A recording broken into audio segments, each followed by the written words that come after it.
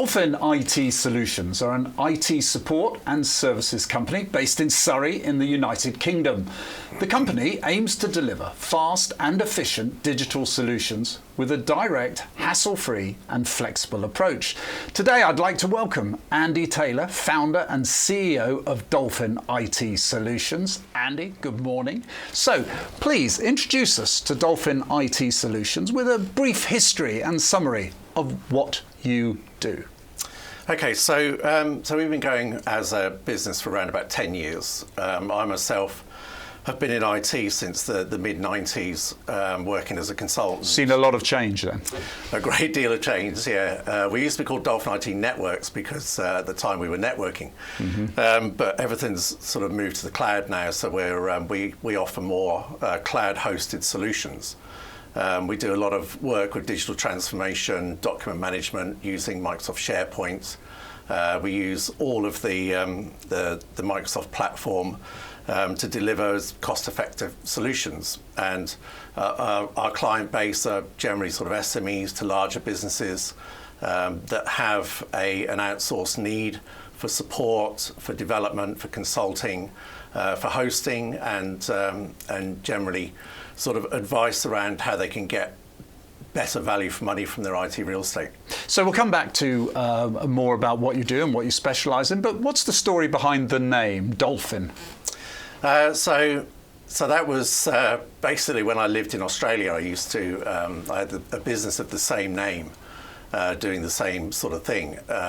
And at the time I did a lot of scuba diving, so that was the name that I came up with, Dolphin IT Solutions. So it's just your passion, and so you're the founder of the company. You must be very proud of that. Now you've touched on it, but let me just ask you: what are the IT services you provide your clients today?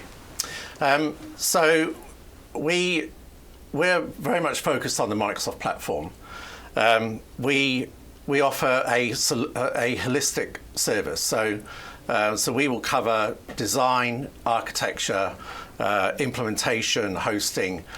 We can build applications, we can develop, we can support, we can consult, and we can migrate, do digital transformation projects, migration into the cloud, and provide hosting. So what we do is we try and sort of cover end-to-end solutions for clients rather than just say that we're a support company or development company. We try and give our clients several touch points into the business so that it saves them a lot of time if they can just deal with one company for all their requirements. Interesting. I look at the company, I look at the spread, the employees, the skill sets. As this business evolves, as it does, what would you say Dolphin IT specialises in? So our speciality would be basically coming up with holistic solutions. So we might have a requirement to build a document management system, but then within the same company we might need to create an invoicing process or a data warehouse for some BI reporting. So our speciality would really be to be able to bundle up those requirements into one platform or one hosted solution that can service many parts of the business. Okay, so explain to me, as a potential client, as I was listening, how do your solutions and your services, therefore, add value to the clients? Is it all in the holistic approach that you take, or is there more? So when we respond to a client's requirements, what we feel from them is that they need a speedy turnaround. Cost. They need to be cost effective. Cost is a major factor in all businesses, no matter what their size is. The clients we deal with, they want to get direct answers and direct responses to their questions and to their requirements. And with most things in IT, there's always more than one solution. There's always more than one vendor that can offer a solution, but we try and sort of take on the requirements that the client has and then find the quickest and the most cost-effective way of doing it. If that client is already paying for licenses, such as the Microsoft 365 suite, then it makes a lot more sense to try and utilize those licenses rather than go out and buy another. So you're not coming out and clearing the whole decks necessarily. You're trying to build on what they've got and add the value and build everything from that point. Yeah. But fascinating, that very individual approach you're taking. How would you summarize, though? What are the sort of pain points that clients are talking to you about these days? So a pretty common issue that we face are that we meet new clients and they're not getting a speedy response to their needs. That can come from support, but it can also come from the solutions and the applications that they have in place. As an example, when the pandemic hit and everyone was working from home, a lot of companies were still on VPNs. So they're not fully cloud-hosted companies. People go home with their laptop, they dial into the VPN. Suddenly, you have hundreds of people dialing into the VPN, and the thing grinds to a halt. So it's not just around a person's response; it's around the system response as well. Some systems are not as efficient, or they don't drive a process automatically. That also can sort of throttle the throughput. And that would require a system change in that sense, would it? Almost certainly, or a development of what's existing. Yeah, and like in conversations we have, it's with clients that they're doing things and they know they're not doing them efficiently. They might be still very paper-based. It might well be that they can't complete a process if someone's on holiday or they're just not available. And they know that there's bottlenecks in the business. So what we hear from them is, we need to free up this wasted time. We need things to be automated. We need a central repository for data. It's no good entering one piece of data in 4 different systems. They need to enter it once and use it multiple times. And that's where you improve speed of response, if you like, with the systems. But it also struck me, you said at the beginning, it's about your speed of response as well, isn't it? And is that in terms of support more than anything else, where it matters, where the difference is? It's largely in support. So so anyone, it doesn't matter what their issue is, whether they can't log onto their computer or whether the whole thing's crashed. They can't continue their day's work until they get a response. So everyone, feels that their issue is the most important.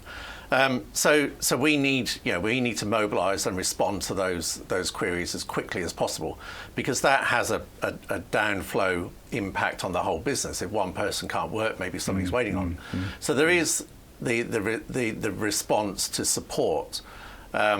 But there's also the response to change within a business. So let's say, for instance, a business has an application or we build them one, and they start using it, and it's fine. But then, as businesses evolve, as they change, as they bring in new clients, maybe they need to make a small change to those solutions in order to improve their efficiency. It's continuous improvement. And it's no good waiting, months to implement that change. So what we do is we try and implement change in small chunks, but frequently, so that they get the best return on investment into that solution. That leads me on, if you like, to the transformation programs that you're effectively talking about here, that businesses are going in. What advice would you offer to clients and to prospects looking to undergo such a transformation?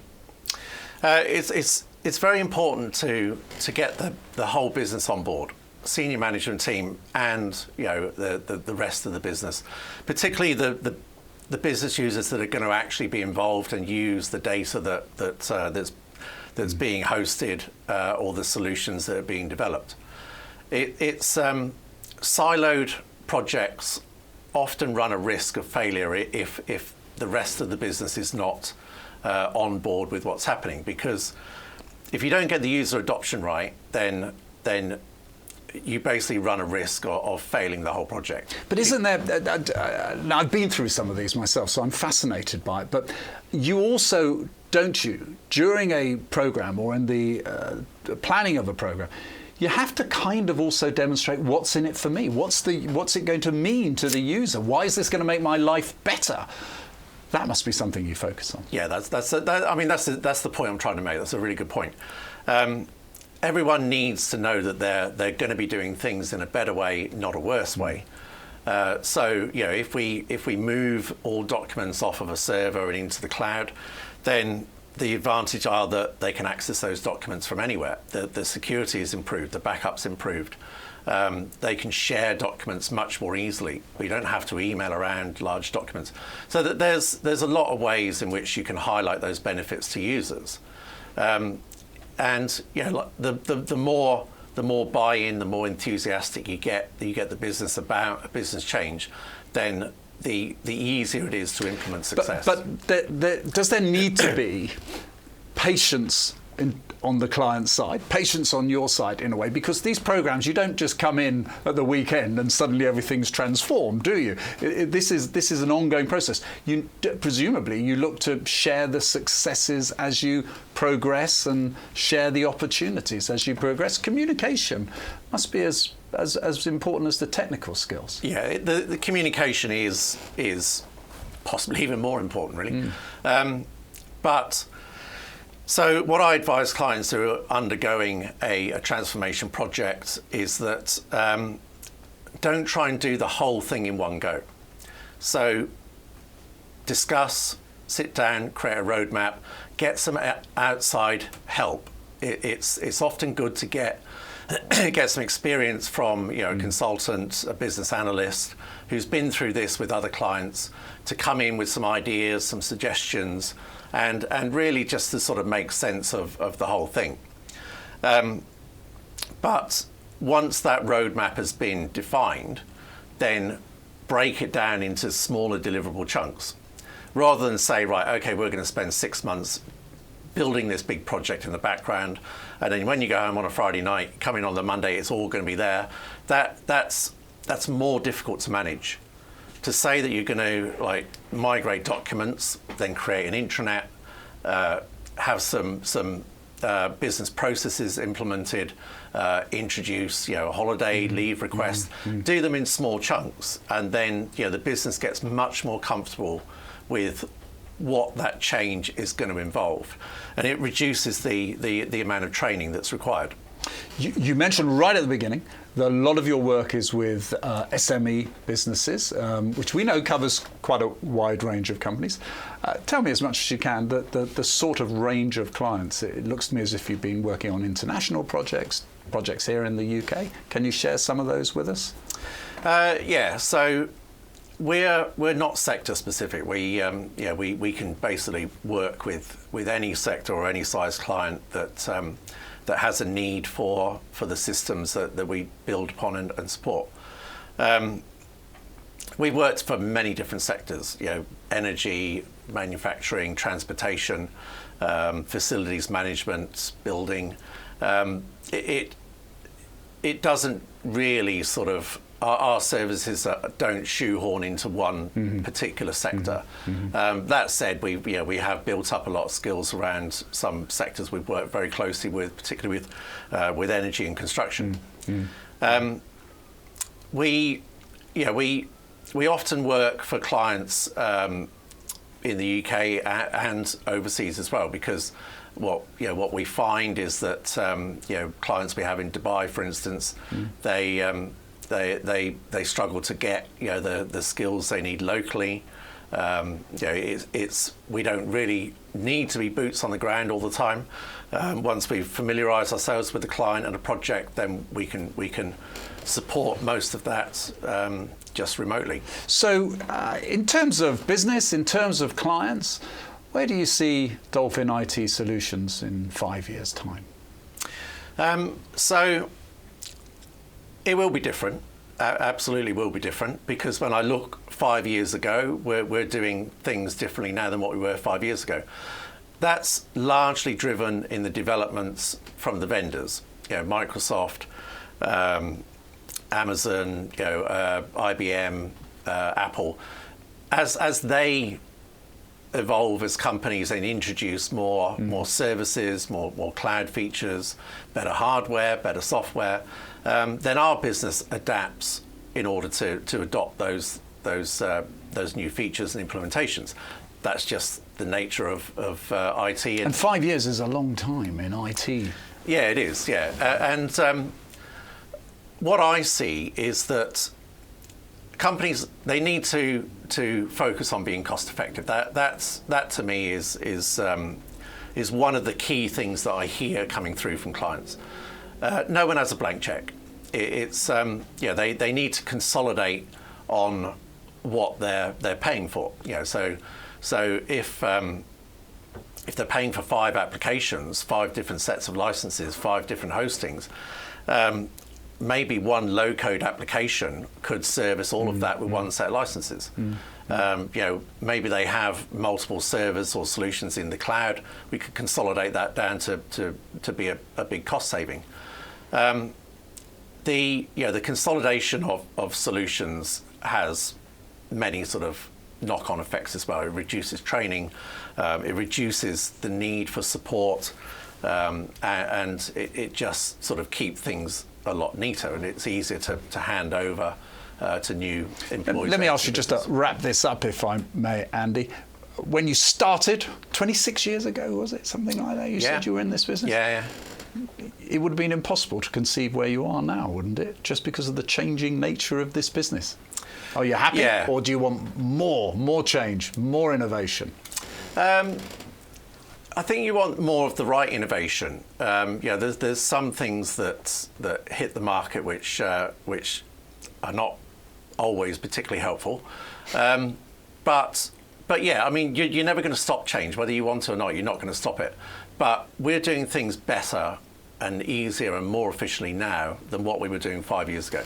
Can't say fairer than that, can you? Yeah, that's right. Yeah. Andy Taylor, CEO of Dolphin IT Solutions. Thanks very much for joining me here today. Welcome.